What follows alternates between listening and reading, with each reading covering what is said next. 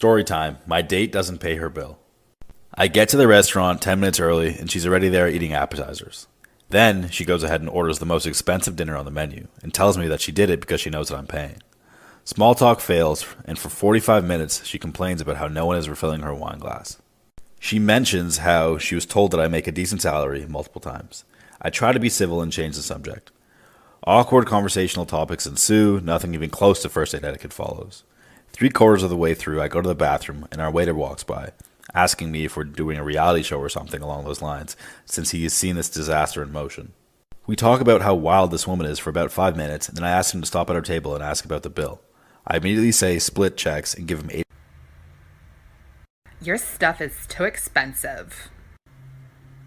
Okay, so don't buy it. I could get something really similar at this other place for way less. Hey, you're welcome to do that. No problem. You don't understand. I'm not going to buy it from you because it's way too expensive. I mean, that's cool. I've got these folks over here. They're cool with the price, so I'm alright. You go ahead and you can go pick it up someplace else. It's cool. You're overcharging. Let's be honest. You don't value what I do. It doesn't matter what price I charge. You're not going to pay it. I'm not losing a customer. You never would have been one in the first place. So no, I don't set my prices for people that don't value me. And neither should you.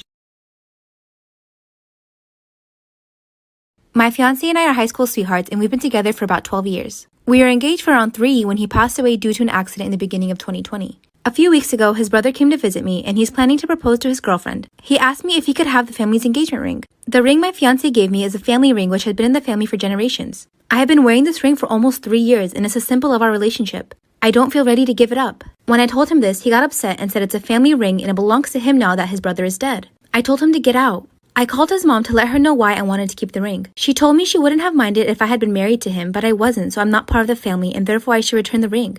She said I'll move on one day, and it's unfair to hold on to a ring that I will never wear again, especially a ring that belongs to our family for generations. I would have at least considered giving back the ring in a few years. I just can't bear the thought of parting with this ring now. So I told her I'm sorry that she felt that way, but her son gave me this ring and I'm not giving it back. Since then, his mom and his brother have been spamming my phone with messages and calls about how I'm trying to steal their family ring. So am I wrong for wanting to keep the ring?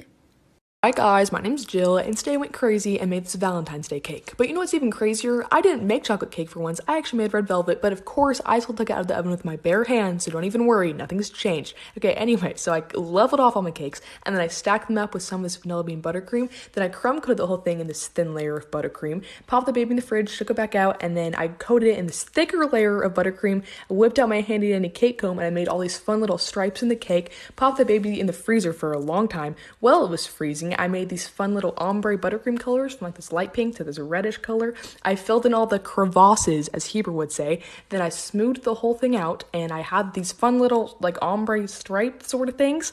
Then I made some of this chocolate ganache for the sides, dripped that down, hashtag drip too hard, ew. Okay, then I used all my leftover frosting to make this frosting sausage, and then I made all these little stars with that frosting on top. Then I had my final cake, and I ate a lot of it, and it was a fun time. Okay, thanks for watching, bye.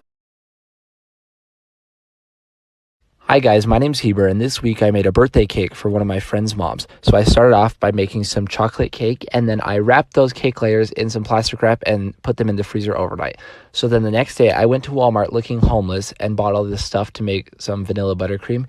And then I started stacking the cake layers and iced it in a crumb coat. And if you don't know what a crumb coat is, it's this thin layer of frosting. It's like the first coat of frosting around the cake. That way it locks in the crumbs, and that way like the chocolate cake crumbs don't poke out on the sides.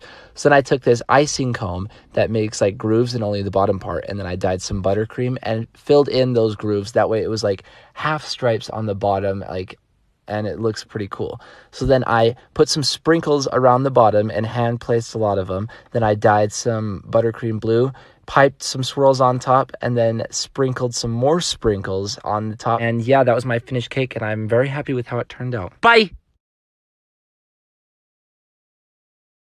Hi, so we're gonna make an Among Us cake because I had an order for one today. So yeah, first thing you break it out of the mold, and then I don't don't know what I'm saying. Make the background color, the frosting color. I wanted to do like a really dark blue, but I couldn't put too much black in it because it stains your mouth really bad. So I did like a blue. I don't know. Here I am icing it. I don't know how to do these voiceover things. Okay, here I am icing. Okay, hurry up. Okay, now I put it in a whip bag so I could do the trim. Oh my gosh, too fast. Now I'm coloring the guys. Okay, I did a pink and a blue and an orange and a red. Okay, there we go. Then I put their little goggles on and then I outline them in black. Oh my gosh, look how shaky my hand is. Hello? Why did it pause? Hello? Okay, then trim. Okay. Okay, then I put some little gold sprinkles and now it's done. Look how cute. Okay, it's kind of ugly, but whatever. Okay.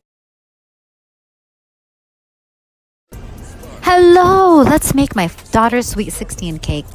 Man, I put the fondant on and it tore, so I had to go ahead, take it off, and put it all over again, and then fix it up.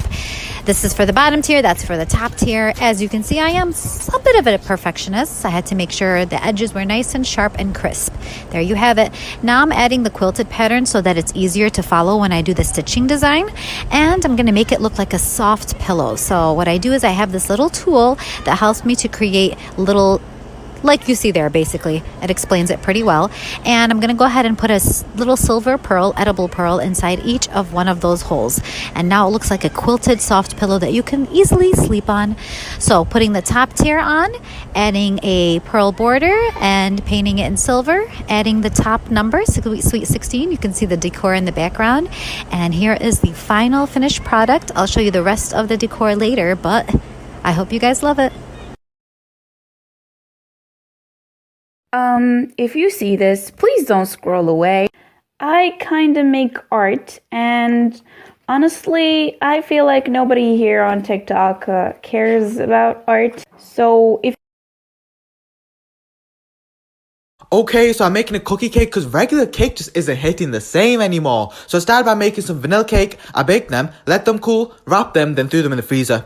Then I made some cookie dough. By the way, I get a lot of comments saying I'm gonna get diabetes. Joke's on you because I already have it. Anyway, I baked them and these looked so good. I really wanted to eat them, but I didn't. Okay, next day, I made some icing, unwrapped the cakes, and leveled them. And I also got the cookies out. Then I put everything together and crumb coated it and let it chill again. Now I'll put some blue food colouring into some icing and I never know how to explain things, but I didn't fully mix it if you get what I mean. Then I iced the cake with this, let it chill for a bit and then scraped it. It added like this marble effect, which is not what I was going for, but I like it. Okay, now I added a drip and piped on top and it's done. I tried cutting into it though, it didn't end well. Maybe this cake isn't the best idea. To be honest, it makes sense. Everything was going too well at this point, so I had to mess something up. It tasted great though. Anyway, it's done. Okay, thanks, bye. So I asked people in my cake group for their wildest stories, and I thought I'd tell y'all the best ones. So one person said, I was messing with this dude for a while and everything seemed normal, right? So he orders his birthday cake for me and invited me to his party, but I had already told him that I wouldn't be able to make the party because it was an upscale party on a Saturday, which is my busiest day. So, I mean, I wasn't prepared. I was a hot mess.